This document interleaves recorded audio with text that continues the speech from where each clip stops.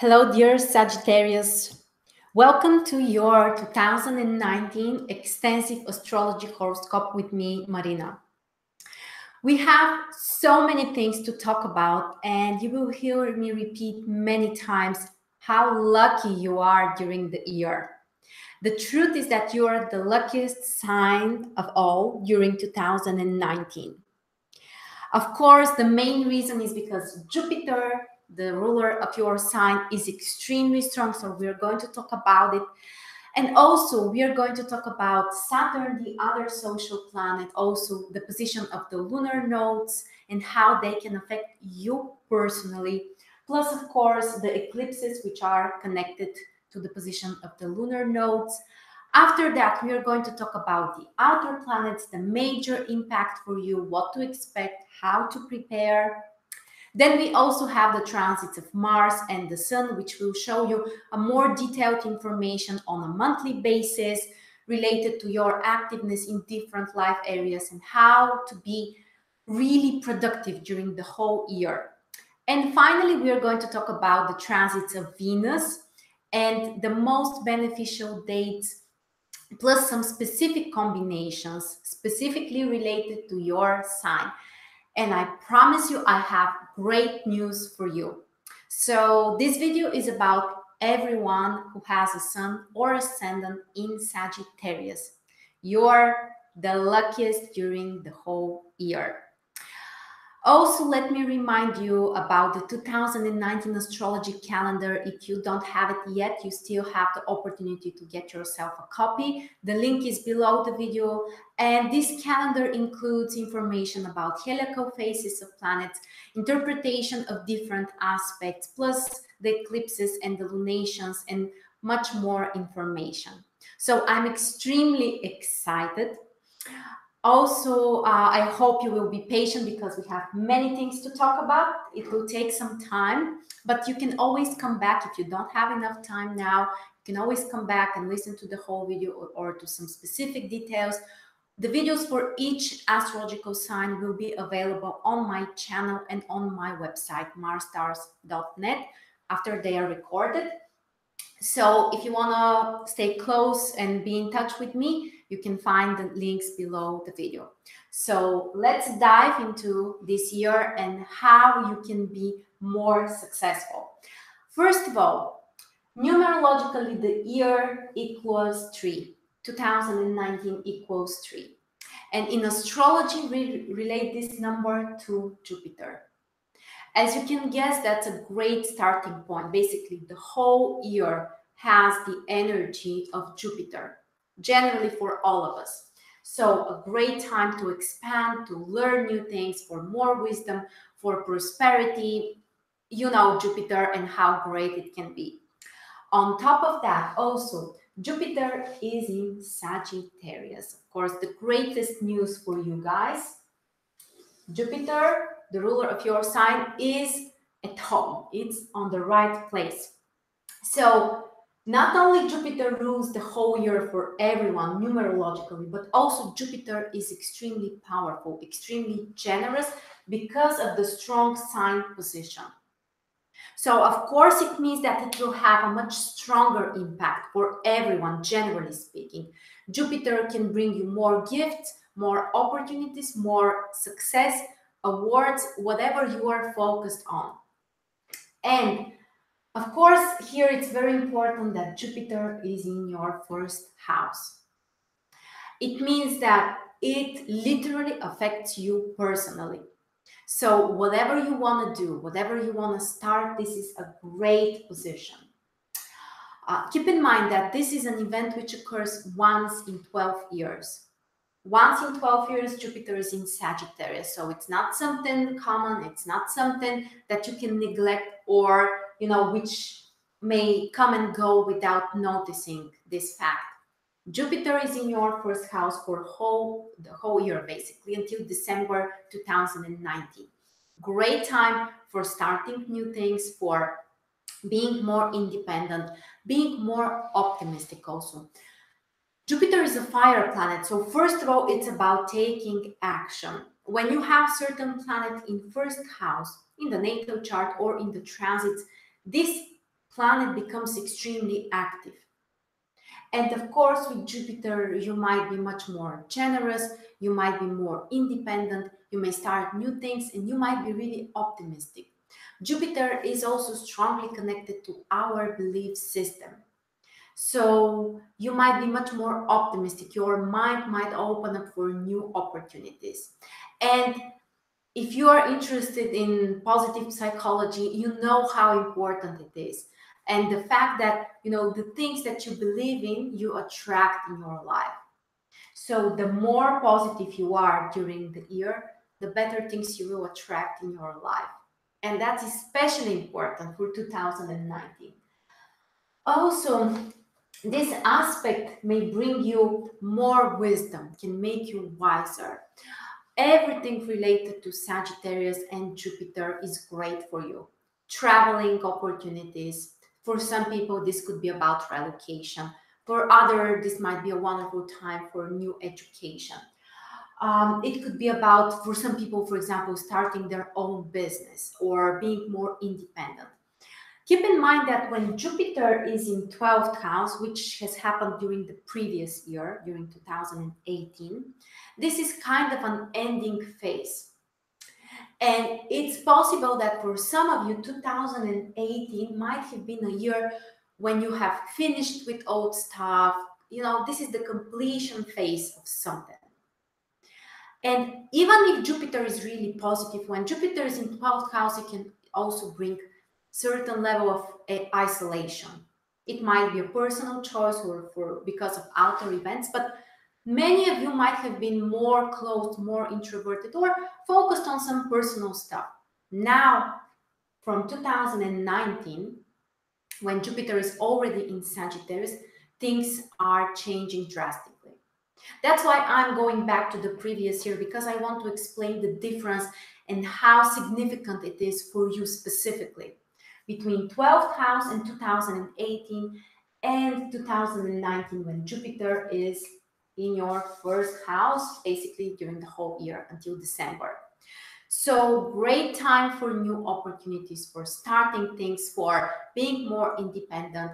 The things that you are about to do will probably be also more successful, because that's the nature of the Jupiter. And I think that this is one of the greatest gifts of astrology. Jupiter in first house won't, take care of your work or your obligations. Jupiter, is incapable of doing things for you. But if you start things at the right time, you are much more likely to be successful. And I think that that's very important. If we know the periods when we should slow down, maybe take a rest or focus on other stuff, and after that, the time when we need to go, when we need to start things, generally we can be more successful. And that's the main idea during this year. When Jupiter is in your first house, you have much higher chances to achieve success in everything that you are doing. Of course, we can't promise everyone with the Sun or Ascendant sign in Sagittarius that you can become extremely rich, extremely popular, or even extremely successful. But your chances are much higher than usual. Of course, it depends, first of all, on what you are doing, your efforts, your actions, how open you are for new things. And of course, it depends also on your personal chart and basically what kind of things you can achieve. But generally speaking, the year is wonderful for new adventures, for education, for doing things on your own independently. Okay, next we also have to mention that Saturn is extremely strong during this year as well. Just like Jupiter is in Sagittarius, the sign that it rules, Saturn is also in Capricorn. This combination, when the two social planets are equally strong, has happened for the last time during 1959. So how much is that? Almost 60 years. Almost, actually, exactly 60 years. Yeah. So very significant combination, quite rare. And of course, the strong positions of the social planets are great for social projects.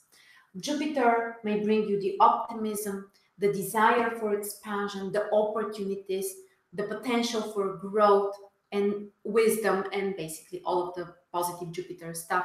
And on the other hand, the strong position of Saturn may help you to materialize those things, to materialize your inspiration, to find a concrete way to apply your ideas. Also, the strong position of Saturn generally requires from us to be more responsible, more practical, more grounded. But if we use the energy in a constructive way, we can achieve great things during the year. Now, with Saturn in your second house, first of all, you need to be really careful when it comes to financial things and basically everything which affects or is related to your resources and personal belongings. For some people, this may not be such an easy period in terms of finances, but the truth is that Saturn doesn't bring sudden changes. Yes, you may need to work harder for your finances and for your personal independence in terms of resources. But on the other hand, Saturn usually brings stability. So it's not so easy, for example, to be reckless, to waste money, or to buy too expensive stuff if you don't really need them.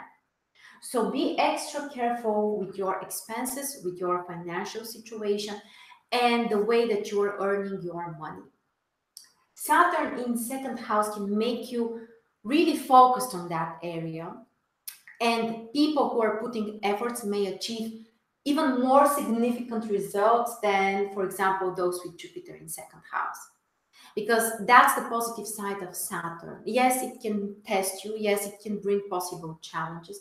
But if you're hardworking, if you're consistent, if you really deserve, you will achieve greater success, and this success will be even more stable.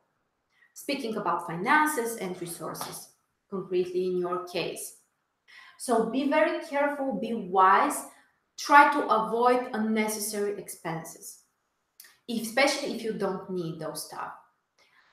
And generally, we can say that Saturn in Capricorn doesn't make major aspect with your sign. So Saturn may not be so stressful or so difficult for you during the year. And here we need to mention also that the South Node is in Capricorn together with Saturn during the whole year. The South Node has basically a similar impact like Saturn. So it can bring certain situations related to the past. You may need to give up from something, to let go of something, and to focus more on the opposite area where the North Node is. But specifically, the South Node in second house requires from you to give up from old stuff that you no longer need, especially in terms of your personal belongings. One of the greatest advice, specifically when you have problems with the energetical balance or second house and eighth house in general, one of the greatest things you can do is to throw away 10 things, 10 concrete stuff each day for 10 days in a row. So basically to let go of 100 things, of course, things that you no longer need. There are different people, and some of us have many things at home, things that we don't need, but they are keeping our energy. They are not allowing us to, to recharge. So if you have many of those things, it could be clothes, it could be furniture, devices, maybe even books if you don't like them and don't need them. Try to let those things go. Literally throw them away. And in this way, you will handle in a very soft way, in a very positive way, with the influence of Saturn and the South Node in your second house. And in this way, you may prevent other losses, especially in terms of finances and personal things. So make this decision consciously, use your personal will, and throw away the personal stuff and the belongings that you don't need in your life. Also, with Saturn in second house, try to be more precise about how you're managing your money. A great time to learn how to handle finances, to educate yourself, to be more responsible when it comes to finances, resources, and personal belongings in general. Also, the North Node, as we mentioned, is in your eighth house. The North Node has a similar impact like Jupiter. Basically, it can bring you abundance, it can bring you opportunities, it may bring you growth. And actually, it's positive to focus on the area which is influenced by your North Node. And in this case, 8th house is the area where it would be positive for you to focus more. First, I think that we have to define the difference between 2nd and 8th house, because the opposing houses are always connected in some way. 2nd house is about the visible things, measurable things, concrete stuff that you can touch, that you can evaluate. On the other hand, and also it's about our personal stuff that we have earned. On the other hand, 8th house is about, first of all, from a more spiritual perspective, it's about the invisible world. The invisible stuff that you cannot touch, you cannot evaluate rationally, you can feel them, you can use your intuition to connect with this energy, but it's somewhere, beyond our rational mind. Also, 8th house is about the energy that you get from other people, including finances, of course, including our investments or the support which we receive from others in terms of resources and emotions and energy and everything. So don't be afraid to connect with others energetically by allowing them to support you in terms of finances, by also connecting on an energetical level. One of the greatest things to handle with 8th house or to improve this area is through some kind of energy practices, meditations, spiritual practices, yoga. There are many things nowadays. They can really help you to, first of all, clear the energy, your personal energy.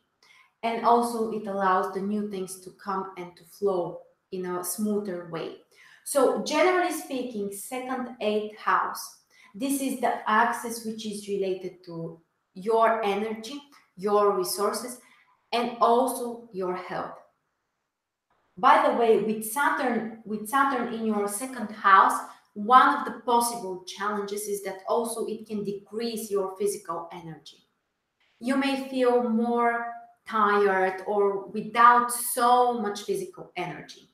And that's completely normal. Don't, be disturbed by that. One of the things that we can suggest for, helping yourself about this position is also to be very careful about your diet and your food. Here, one of the greatest things is to also to eat healthier things and literally to eat less food. This is a huge topic. We won't spend too much time on that because, it's also very personal. Every person needs different things, but generally, I can encourage you at least to explore the option to decrease the amount of food that you are eating, or maybe to stop eating unhealthy food, or at least concrete stuff. Again, in this way, you're preventing the losses in 2nd house. And also, generally, you're handling or improving your energy balance, which is a very important topic during the whole year for you. All right, next we can talk about the eclipses, which are connected or related to the lunar nodes, because we have an eclipse when there is a lunation, new moon or full moon, and also the lunar nodes are there as well in conjunction with the sun or the moon. Those events are considered to be karmic, life-changing, fated events, and they're extremely important. That's why here you can see the concrete dates with the exact degree of the lunation, of the eclipse. And one of the most important things is to find out where each of those degrees is falling in your chart. If you have a planet or a cusp of a house close to the exact degree of the eclipse, this eclipse might be really life-changing for you. If you don't have any planet close to the degree, if you don't have, conjunction with the cusp of a house, this will probably won't be so important for you.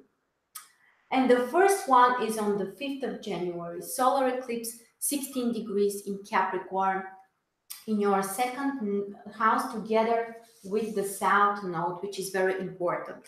So here you may need to handle with something related to your past, to let go of something, to focus on concrete stuff, but at the same time not to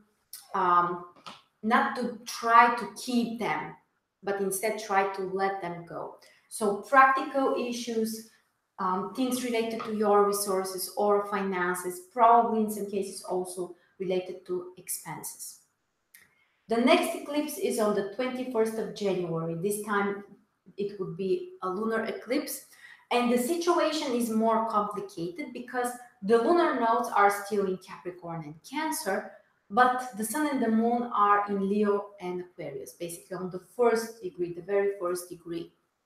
So the impact is more difficult for interpretation and basically might be more general, affecting different areas or more areas of your life. In this specific case, the lunar eclipse is in your 9th and 3rd house. So more attention when it comes to your goals, when it comes to practical issues, education, traveling. The focus is more on 3rd house, and basically here you can make a change in terms of your ideas, in terms of the smaller things that you are planning or the concrete tasks that you are setting for yourself. After that, we have another solar eclipse on the 2nd of July, 11 degrees in Cancer, and this one is much different because the North Node is in conjunction with this eclipse. Basically, here we can expect situations which are more about our future. You may start new things, you may have those new opportunities, especially when it comes to finances or resources coming from other people or mutual finances and resources in general.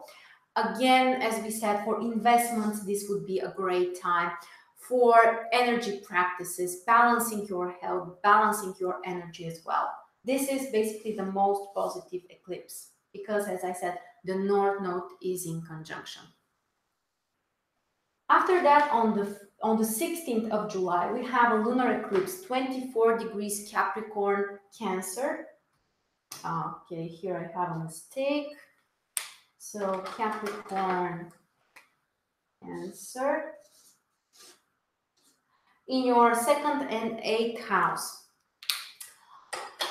When you have a lunar eclipse, just like on a regular full moon, you need to balance two things or two different areas. As we said, 2nd and 8th house are about balancing your energy and balancing how much you are taking and how much you are giving. In my experience, it may sound surprising, but in my experience, I have seen many people who have a problem with that. And very often the main problem is with receiving. I'm not sure how surprised are you to hear about that. To be honest, I was quite surprised. But my practice has shown that many people have challenges not so much with giving to others, but with receiving. There are many psychological reasons, maybe related to our childhood, maybe for different people, they're different, of course. But one of the main topics for you guys here is to try to balance this, how much you are giving and how much you are taking. If you are only giving to others and you don't accept support, energy, love, whatever, at some point you will be exhausted. This cannot continue, forever. So this eclipse on the 16th of July may provoke you or may help you to find the balance in this area. If you are giving too much, maybe you have to stop that. If you are not allowing others or you don't want or you cannot accept, you may also work on that. But as I said, 8th house generally is about spiritual stuff and meditations and energy and spirituality. So use this in your advantage and it may help you to get yourself, to know yourself better. And the last eclipse is on the 26th of December, solar eclipse 5 degrees in Capricorn in your second house. Again, basically similar situation with the one in January. Only the degree is different. This time 5 degrees in Capricorn. Again, we can expect situations from the past. Again, this is a great time to let go of things that you don't need and not to be so focused on material stuff. Generally, I would say this is a major topic for you, to focus more on things which are not measurable. Things like, inspiration, like understanding, like spirituality, you cannot measure them. Don't focus so much on material achievements or money or resources. If you consciously let those things go, you may achieve more eventually. Okay, so next we can talk about the outer planets and how they can affect you personally. First of all, what we need to remember with the outer planets, it's even more important to know the exact degrees of the planets and their positions because they're moving really slow. On the other hand, Jupiter, for example, Jupiter is very fast. For 1 year, it goes through a whole sign. So basically, if you have a planet in Sagittarius, during this year, at some point, Jupiter will make aspect with your planet. But with the outer planets, things are different because they are moving through only a couple of degrees during the whole year. For example, Uranus is on the 28th degree in Aries at the beginning of the year. And at the end of the year, it's on the 7th degree in Taurus. So here, the most important question is to find if you have planets which will be in major aspect with one of the other planets. And if that's the case, if you have a planet which will make this aspect, it will be the most important event for you, the most significant influence and impact from all of the planets. And the opposite is true as well. If if the outer planets won't make major aspect with your personal planets or conjunction with the cusp of a house, this may not be such a significant impact for you. So that's why we have the exact degrees here. I will talk about them concretely. So as we said at the beginning of the year, Uranus is on the 28th degree in Aries in your 5th house. Generally, that's a supportive energy because it makes trine with your sign, both fire signs. So if you have your sun or ascendant sign in the last degrees of Sagittarius, this will be a very positive period for you. Uranus is your friend, bringing you new opportunities and things especially related to changes and innovations in a positive way, in a harmonious way, because the aspect is supportive. Uranus in 5th house is also great for romances. They may not be so stable or even long-lasting, but they might be extremely exciting. So if Uranus is in 5th house, making major aspect with your sun or ascendant, you may surprisingly fall in love, suddenly be interested in someone new, or then there might be a drastic change in your personal and romantic life. For creativity, this is also a great aspect, especially if you're trying to do something different. Usually, artists and creative people, they would like to create something new. And Uranus really likes the new stuff. So if you're one of those people, you may really be supported by Uranus. Then during March, Uranus enters Taurus and your 6th house. And as we said, until the end of the year, it will be on the 7th degree in Taurus. Here, the most important question is, do you have a cusp of a house, specifically 6th house, somewhere between those degrees, between the 1st degree in Taurus and the 7th or even 8th degree? If that's the case, it means that Uranus will make conjunction with the cusp of your 6th house, which is a major event, very important, possibly related, first of all, to your work responsibilities, generally your daily routines.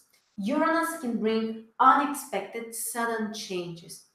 For some people, this might be stressful. For example, there is, a drastic change at work, new bosses, or some people may even, need to find another job.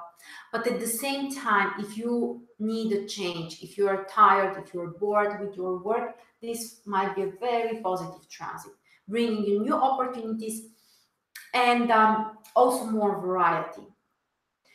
In terms of health, this is also a significant aspect. If Uranus will make conjunction with the cusp of your sixth house, you need to be more careful with that as well.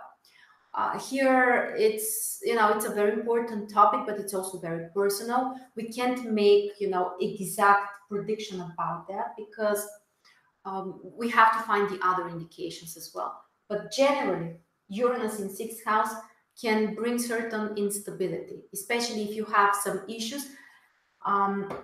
Uranus is related to the nervous system. So sometimes, it can bring us sudden changes, like, for example, burnouts are in some way related to Uranus. So if you're exhausted, if you're extremely tired, if you don't have enough energy because Saturn is in your second house, but you're still pushing yourself too much, Uranus in sixth house may, bring certain drastic changes. So pay more attention to your health. In some cases, actually, this might be also very positive because you may focus more on this area, which means that you can improve your health, especially for alternative methods of therapy. This is a great aspect. Uranus is related to homeopathy or brand new or untraditional modern ways of healing. So if you need to, go through some kind of therapy to improve your health, you may try something more untraditional with Uranus in your sixth house.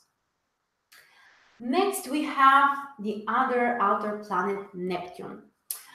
Neptune will be between the 14th and the 19th degree in Pisces during this year.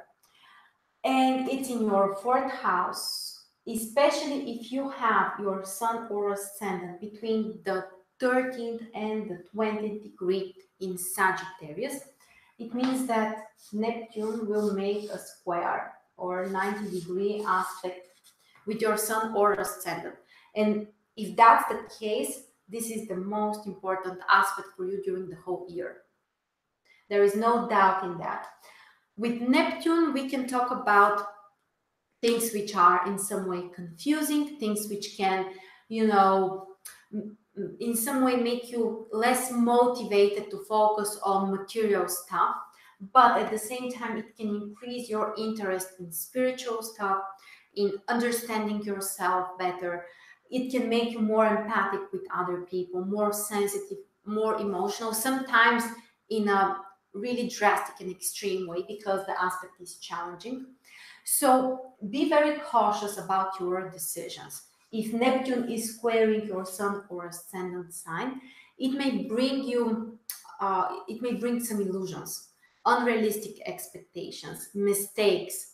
So don't react fast, don't rush things, allow yourself to, think about the decisions at least for a couple of months. When possibly Neptune won't square the Sun or the Ascendant, you might be capable of evaluating things in a more correct way. And generally, Neptune in the fourth house, especially if it makes a square with your Sun or Ascendant, may bring issues related to your home. For some people, this might be the time when they need to take care of a family member, of a relative, or there might be a messy situation at home. Sometimes, if that's your personal family, I mean, not your birth family, Neptune in fourth house may bring love triangles or complicated situations or lies and cheats. Unfortunately, that's the negative side of Neptune. But the positive side is that it can help you to be more supportive with others, to be more intuitive for creativity. This is also a great aspect. And as I repeat constantly, remember that the challenging aspects are the one which indicate a drastic change in your life. If you want to grow, if you want to move to another level, especially spiritually, the challenging aspects, and specifically challenging aspects from the outer planets, can bring you the most significant opportunities and results. So don't be afraid if you see some of those aspects. And the last outer planet is Pluto. During the year, it will be between the 20th and the 23rd degree in Capricorn. Only a couple of degrees for the whole year. Now, here Pluto is not making a major aspect with your sign or with your sun sign or ascendant sign. So for many of you, it may not be such an important transit. It would be important if you have your sun or ascendant sign, if you have the cusp of your second house between the 19th and the 24th degree in Capricorn. If that's the case, Pluto can bring transformations in terms of your finances and resources. And here it's difficult to predict the outcome. It really depends on your birth chart and everything else in the prediction. Because from one side, Pluto may take everything away from you. Pluto can put you in a really difficult situations in some cases. And in other cases, it can bring you incredible abundance, prosperity, and this is a position Pluto can make you extremely rich. Pluto can make you richer than Jupiter. But as I said, here it's really personal and you have to find what's going on in your chart. But generally speaking, for most of you, Pluto is not a problem. Pluto is not an issue. So from the outer planets, the one which can be really important and in some way challenging, of course, depending on how you're using the energy, this is Neptune. Neptune is the planet which may bring you serious changes. So that's the most important, guys. That's the most important part about 2019, the social planets, lunar nodes, eclipses, outer planets. These are the events which create the major tendencies for the whole year. So let me remind you, generally the year is great with Jupiter, the ruler of your sign, coming back home, bringing you new opportunities, expansion, optimism, wisdom, personal growth. More attention to your finances. Try to let go of the old stuff. Don't keep things that you don't need. Maybe about your thoughts, also about personal belongings, about everything. And focus on the exchange of energy with others, with the North Node in your 8th house. Focus, don't be afraid also to be supported financially or emotionally or energetically by others. And with the outer planets we mentioned, Neptune is the most important. So next we can talk about the more detailed information on basically on a monthly basis.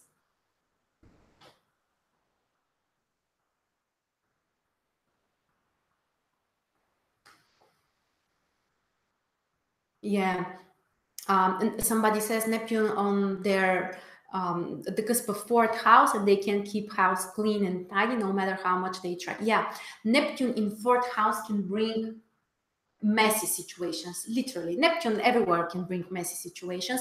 By the way, one more thing to be careful with Neptune in 4th house is problems with the water, floods, or those type of accidents with water might be provoked by Neptune if you have a major challenging aspect, of course. So yeah, one more thing to add. Okay, now we can talk about Mars. The transits of Mars are very significant because Mars is the planet of our personal will, the planet related to taking action and doing things. So by using the energy of Mars, we may find out which are the best months or periods to focus on concrete areas, especially things which require efforts and work, because Mars is all about action. Mars is not about waiting for things or relaxing or, being passive. Well, in some cases with Mars in 12th house, you may need to be more passive, but generally Mars in each house, transiting each house, may show you in which area you might be more energized, you might compete with others, there might be possible confrontations and impatience, impatience, and in some cases even aggression. But generally, if you want to do a lot of things, if you want to work on something, Mars is a great help. Okay, so if you guys have some comments or want to share personal experience or even have some questions, feel free to ask them or to write them in the chat. After we finish with our forecast, I will try to respond and answer to some general questions. So yeah, if you want to share, please do that. So the beginning of the year, January the 1st until February the 13th, Mars is in your 5th house, which is a great aspect for doing the things that you love. This is very helpful also because Mars is making trine with your Sun or Ascendant sign. This can increase your energy, can make you more motivated, more ambitious, especially about doing the things that you love. Mars in 5th house can also provoke you to take bigger risks, to initiate things. In terms of romantic stuff, this might be a very exciting position as well. What you need to be careful of is, for example, possible confrontation with children. Not for everyone, but it's possible. And also for creativity, this is great. You might be more focused, you can achieve more, you might be literally more productive in terms of creative projects. Then from the 14th of February until the 30th of March, Mars is in 6th house, great time for work, great time to focus on your responsibilities and just do the things that are necessary. Mars in 6th house is also great for business, for work, starting new projects, initiating things. The possible challenge here is confrontation with coworkers or clients. But generally here you might be extremely productive, especially at work. Yeah, and one more thing, of course, about health. If you have some health issues here, you need to be more careful. Usually Mars doesn't bring something serious. Mars can bring you things like higher temperature for a couple of days, like flus or those things that come and go. But just in case, be more careful here. Then from the 31st of March until the 14th of May, Mars is in your 7th house. Time to do something together with others or with a partner and with a concrete person. Mars in 7th house is great for business projects with other people. Also, in terms of relationships, Mars can bring passion and interest, but the challenge is that also sometimes there might be confrontations. So be really cautious with other people, don't rush things, don't push them. Try to be more diplomatic if possible during this time. Then from the 15th of May until the 30th of June, Mars in 8th house is time to focus on your future because Mars will join the North Node there. Important period, interesting period, especially in terms of financial issues, investments. This is a great time for investments or for doing something together with others in terms of mutual resources or achieving something together. Mars in 8th house also can support you if you want to do something more risky. Of course, here you have to be careful as well because Mars in 8th house can also bring possible accidents. Then from the 1st of July until the 17th of August, Mars is in your 9th house, again making trine with your Sun or Ascendant in Sagittarius. Very positive, very supportive aspect to focus on some long-term goals, on the future, the things that you would like to achieve, to focus not only on setting new goals, but also doing something about something, taking action which will get you closer to your goals. Then one of the most important periods between the 18th of August and the 2nd of October, Mars is in 10th house. Great time for career, business, starting new things, taking risks, initiating things. For some people, this might be also a wonderful period for starting their own business or doing something on their own, or generally being more active when it comes to your responsibilities and social activities. The possible challenge here is confrontations with people who have more power. Authority figures, bosses, sometimes institutions, government institutions, and others as well. But generally, this is one of the most productive periods for you as well. Then from the 3rd of October until the 18th of November, Mars is in 11th house, which is a beneficial period for group activities, doing something together with others, collaborations or communication, doing something actively inspiring others, or just, doing something with your friends. And the last period between the 19th of November and basically the end of the year, Mars is in your 12th house. Generally, this is a time when you need to slow down. You need to relax. You need to find more time for yourself. Here, you may notice that your motivation is not so high. You might be more tired, or just, you may want to stay alone, do something on your own, and that's great. Don't push yourself too much here from the 19th of November until the end of the year. Here, you need to take a rest. And the truth is that your efforts and the things that you are doing are not so visible for others. The results are not so easy to be achieved. So that's why we say this is a better period for relaxation or just slowing down. Next, we have Mercury retrograde. And by the way, we also need to mention another positive thing for 2019, which is related to Mars and Venus. Both of the planets will be direct during the whole year, which is great. 18 was more challenging because both of them were retrograde. But with Mercury, as usual, the planet is retrograde 3 times or 4. This time it's 3.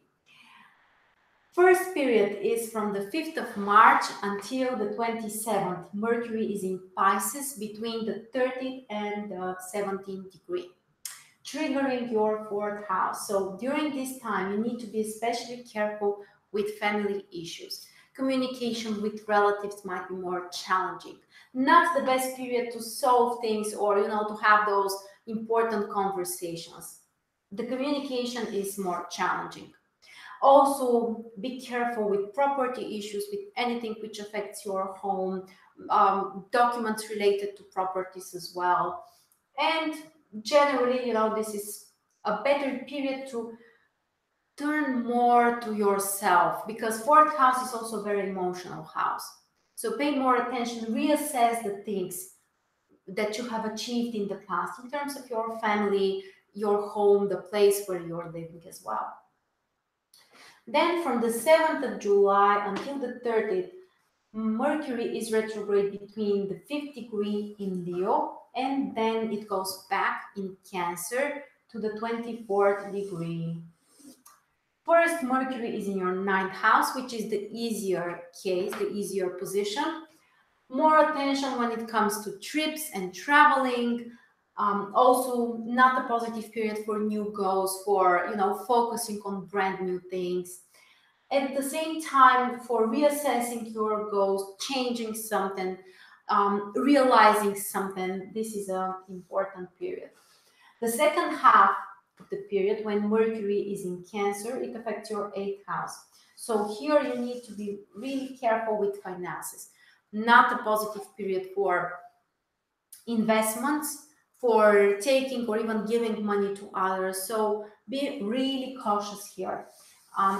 Sometimes 8th house can be related to some kind of accidents, or people who are taking money from you, or those type of things. So with Mercury retrograde, be very careful with bank operations, with your credit cards, or your personal information about your finances.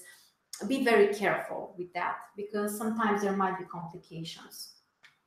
And the last period is from the 31st of October until the 19th of November. Mercury is in Scorpio between the 28th and the 12th degree, triggering your 12th house. Here, we are not talking about concrete events on an outer level. This may bring you or can make you more introverted, focused on yourself, on your thoughts, can bring past memories, or some information might be revealed. But generally, this is not so much about outer things or concrete events. And as usual, we know that all of those periods when Mercury is retrograde are not positive for brand new things, starting or, investing in something, important purchases, buying expensive stuff. All of those things should be avoided. Plus new contracts, more attention when you're planning things, scheduling, with trips as well, with information, communication. Nowadays, Mercury is extremely important for us. So of course, it doesn't mean that we have to stop doing things and just wait for Mercury, but we have to be more cautious, especially in the areas which are affected by Mercury. So in your case, during 2019, Mercury is in 4th, 8th, and 12th house, the water houses. So reassessment or reevaluation of your emotions, your emotional needs, your feelings, your desires, how you're treating yourself, literally. And next, we can talk about the more positive stuff, starting with the sun, and then we have only one slide left.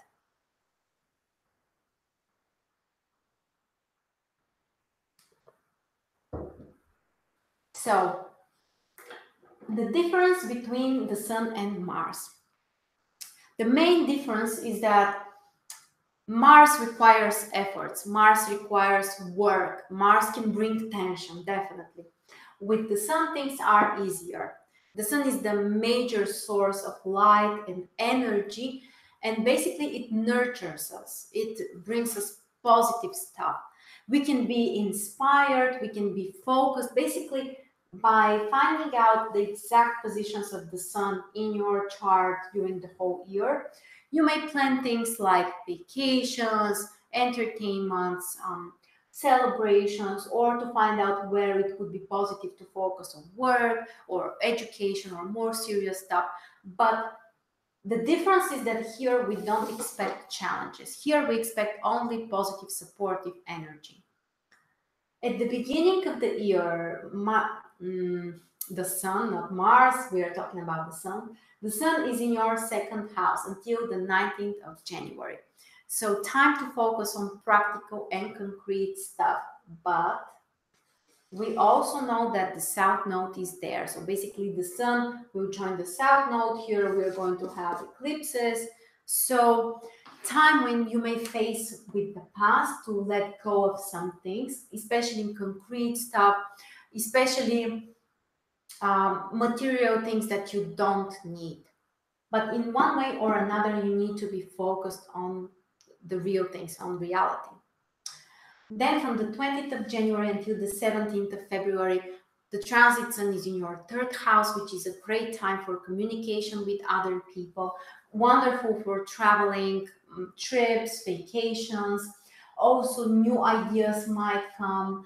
And here it's also great for communication with different people, new friends, or reconnecting with your old friends. Basically, exchange of information and ideas with others. Then from the 18th of February until the 19th of March, the transit sun is in your 4th house. Time to focus on home and family and personal stuff. Great time for relaxation, for slowing things down, and spending more time with the people that you love. After that, from the 20th of March until the 14th of April, the transit sun is in your 5th house, one of the best positions for the year, very positive. The sun will make trine with your natal sun or ascendant. Plus, the sun is the natural ruler of 5th house, so it's extremely powerful here. And this is a great time to focus on the things that you love, the things that you enjoy, including your romantic life, wonderful period for dates, for asking someone out, for creative things, art, inspiration, spending more time with children, and generally doing the things that you love. After that, from the 20th of April until the 20th of May, the period is different because, okay, Mercury is retrograde when we are recording this video, so I'm making those mistakes over and over again. So it's not Mars, it's the Sun. The Sun in your 6th house is a great time to concentrate on responsibilities, on work, on your obligations, to be focused on practical, concrete things. And of course, your health as well. So the previous period is more about entertainment and having fun. This period with the Sun in 6th house is better, or, well, more positive for productive work. Then from the 21st of May until the 20th of June, the Sun is in your 7th house. Great time for relationships, for communication with other people, connections, new friendships. For some people, this would be a great time for a new relationship or reconnecting with your spouse as well. So communication with another person can actually inspire us to take action as well. Then from the 21st of June until the 21st of July, the Sun is in 8th house. This is probably one of the most challenging positions when you might be too sensitive, too emotional, focused on really serious topics. The positive side is that also the North Node is here. So you may have a clearer idea about your future, about how you can improve something, about how you can grow in certain area. And as we said, wonderful time for spiritual practices, for balancing your energy and even improving your health. After that, from the 22nd of July until the 22nd of August, the transit Sun is in your 9th house. It's a very positive period because there will be a trine between your Sun or Ascendant sign and the Sun. And this is very harmonious for focusing on your future, long-term goals, wonderful for education, for traveling, exploring new opportunities, being more optimistic, more positive about life in general. After that, from the 23rd of August until the 22nd of September, the Sun is in 10th house, one of the key positions for the year. Here you may have some visible results from your work, great time to concentrate on business, on things that are important for your reputation, especially if you're a public figure, if you work in front of others or other people evaluate your work. This is a great time when you might be extremely productive. It's a great time, for example, to announce your work or your results or to reveal your potential in general. So as I said, one of the key periods. Then from the 23rd of September until the 22nd of October, the Sun is in 11th house. Time to focus on friendships, on communication with others. Group activities are really positive. And generally speaking, social activities are important here. After that, from the 23rd of October until the 21st of November, the Sun is in your 12th house. Time to slow down, time to relax, to prepare for the new beginning. This is a more passive period, wonderful for reassessment of the past 1 year and what you have achieved and what would you like to leave in the past and what would you like to take with you in the future and in the next year. So passive period, great for reassessments and for relaxation. After the 22nd of November until the 20th of December, the Sun in Sagittarius in your 1st house. One of the most important periods for the whole year. Great time to focus on yourself, on your personal desires, to do the things that you want.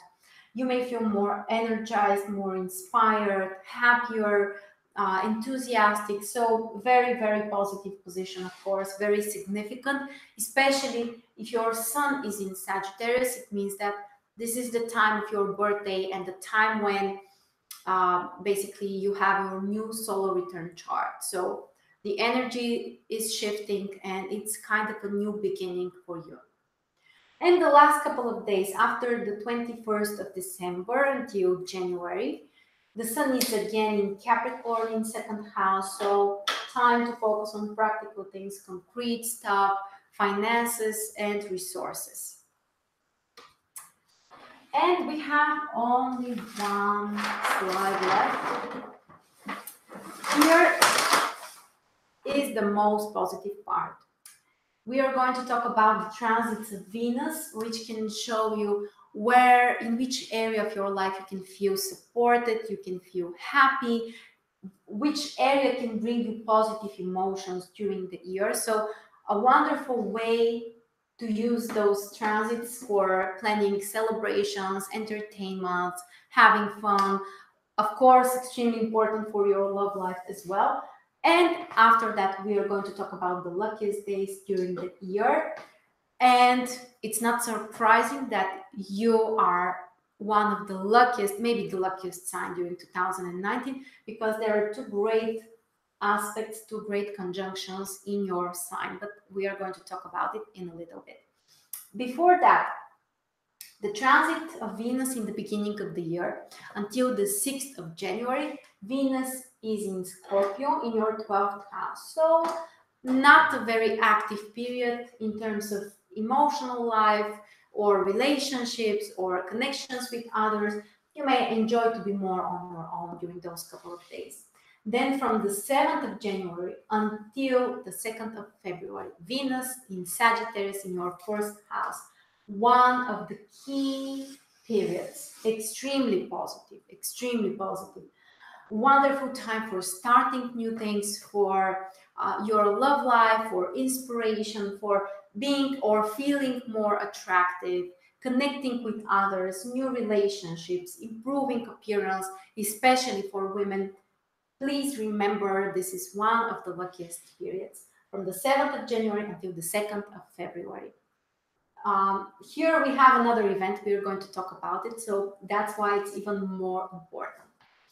Then from the 3rd of February until the 28th, Venus in second house. Important period for resources and finances. Venus is the ruler of second house, naturally. It's associated to this house, so very significant. Here it's important that also the South Node is in the same place. So situations from the past, generally we can say this is a positive period for finances, for receiving something, but don't focus too much on that because the South Node is there as well. After that, from the 1st of March until the 25th, Venus in third house, harmonizing your communication, great for negotiations, fantastic transit for traveling, for trips, especially for fun, for entertainment. You may feel extremely well. Let's see. Also, Venus in third house is great for communication with siblings or with neighbors or with people that you meet on a daily basis. After that, from the 26th of March until the 19th of April, Venus in fourth house can help you to reconnect with family members. Great time when you may feel extremely comfortable at home to improve something or just to be with the people that you love. This is a wonderful time also to pay more attention to your inner emotional needs.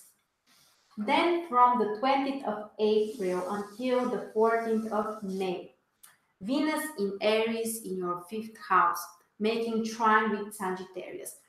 Great position for love, for entertainment, enjoying life, feeling inspired. For romantic stuff, this is a great position. For children, this is also wonderful, and for creativity as well. So the most positive stuff are usually associated to fifth house. After that, from the 15th of May until the 7th of June, Venus is in your sixth house, which is great aspect harmonizing your work or how you feel at work, your communication with clients, negotiation, business negotiations are very positive during this time. And not only with clients, but also with co-workers. After that, from the 7th of June until the 2nd of July, Venus is in 7th house, the other house which is naturally ruled by Venus or associated to Venus. So wonderful time for relationships, for partnerships, for negotiations, expressing yourself and your feelings. And for some people, literally, this might be a time to fall in love or to be extremely attracted to someone, and also to feel appreciated by your partner. Then from the 3rd of July until the 26th, Venus in 8th house is, well, a more passive period in terms of relationships and connection with other people. Here you might be more closed emotionally, more introverted, but for finances this is a very important period. As we said, here we have also the North Node, so very significant period. After that, from the 27th of July until the 20th of August, Venus in your 9th house, trining your Sun or Ascendant in Sagittarius. Very harmonizing for your goals, for trips. This is great for vacations and traveling, and generally for focusing on your goals. You may just enjoy to dream. After that, from the 21st of August until the 13th of September, a key period, Venus in 10th house. This is a great time to harmonize relationships or communication with people who have more power at work, with your bosses. For business negotiations, this is great. And just for enjoying the working process, enjoying the things that you are doing. A very significant, very positive aspect. Even financially, you might be more successful when it comes to your work with this transit. After the 14th of September until the 7th of October, Venus is in your 11th house, which is a very positive transit for friends, for spending time with them, or for community activities and being together with others, being supported, emotionally connecting with others, specifically your friends. After that, from the 8th of October until the 31st, Venus is in your 12th house, a more passive period for relationships, for personal stuff, time to, when you may prefer to be on your own, or you may just enjoy the time when you are alone. And then another great period from the 1st of November until the 24th. Venus is in Sagittarius again in your 1st house, just like the period during January. Wonderful time for, love, for relationships, for connecting with others, feeling more attractive, feeling just, happier to be surrounded by people. So this is one of the luckiest periods during the whole year. From the 25th of November until the 19th of December, Venus is in 2nd house. Again, important position for finances, for taking decisions or investing money or sometimes spending money. As we know, the South Node is here, so more attention, but generally positive period for finances and practical stuff.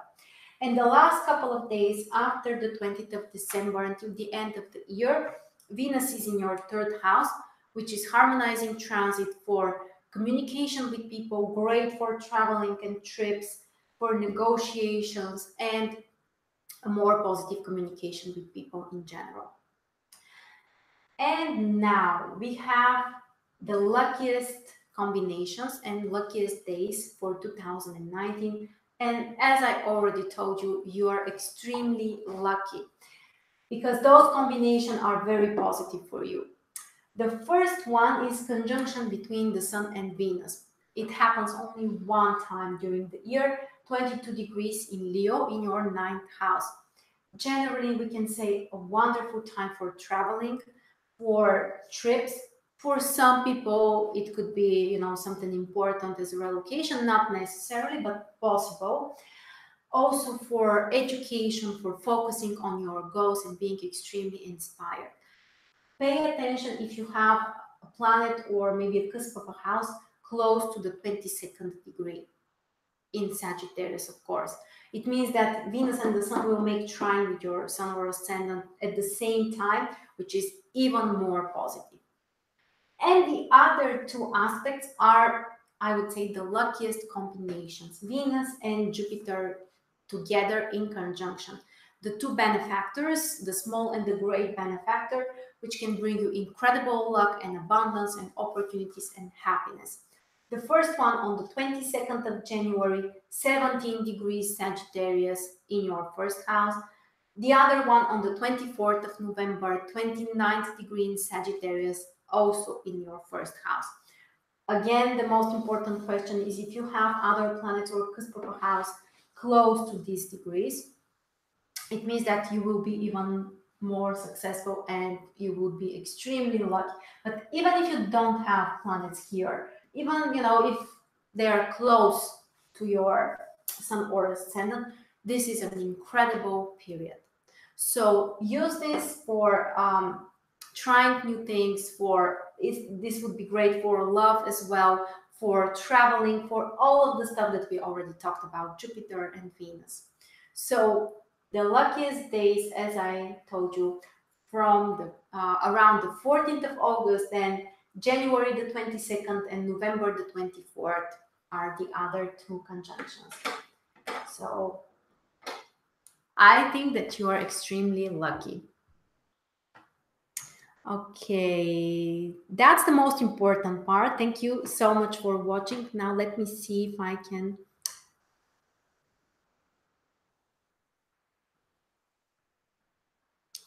Okay, a great question about the orbits for the eclipses to the natal planets.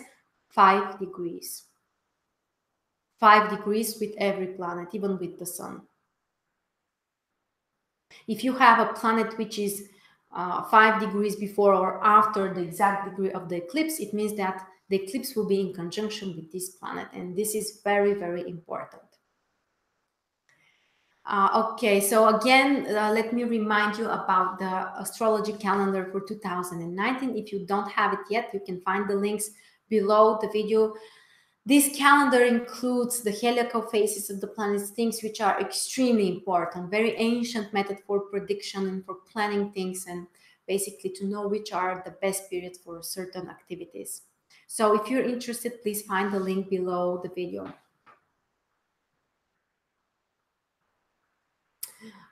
Great question. Also, better to start a business with Mars in 10th house or the Sun in 5th house. Mars in 10th house generally. But of course, you have to find also what's going on in your chart personally, and not only the transits, progressions, and other methods as well.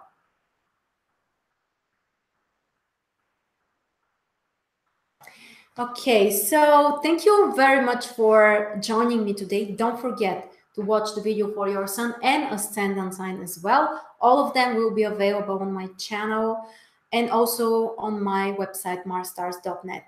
If you are interested in a personal reading or for more information, for more inspiration, you can go to my website as well.